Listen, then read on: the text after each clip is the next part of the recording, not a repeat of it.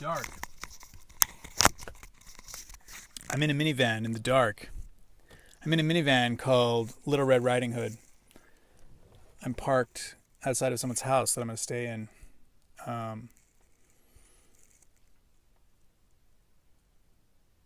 I feel like I'm going to blog about traveling in this van.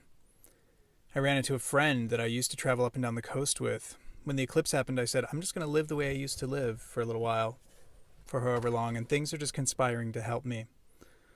When you make decisions, they say things conspire to help. And anyway, I went to see this performance art, and this friend was sitting behind me, and I started talking with him. And the last time I saw him, he mentioned that he needed a van driven across the country. And I said, that's funny, I need to drive across the country.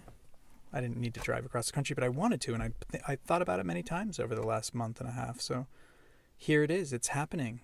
Today I got the van, and I quickly went over to the East Bay. After dropping him off at the airport, I went over to the East Bay to see old friend that his birthday was today, and then I saw, and he was staying with two other friends I hadn't seen in many years, so that was so nice. Then I got to see another friend that I hadn't seen in years, mentor friend. And then I drove up, and as I drove up to the East Bay, I was like, where do you go when you drive up the East Bay? You go to Leo's house. It was very interesting to go to Leo's house because the only thing that made that place so wonderful was my love for Leo and Leo's love for me, and driving up that shitty dirt road and going to that house that's falling apart from neglect was just sad and depressing. There was no one home. I walked around, I called out to people. It was a mess. There's nothing to go back to, nothing to ever want again. Memories to remember and let go of. Nice view. I went and visited a guy that Leo had kicked out, who had invited me to come see him when I was down there, and he's built this house, and it's a beautiful, much more beautiful view than Leo's. Gorgeous. But I just felt so sad. Not in a sticky way. I've been meditating. It's been fine. And then I drove up to Ukiah and I was talking on the phone with Tony for an hour.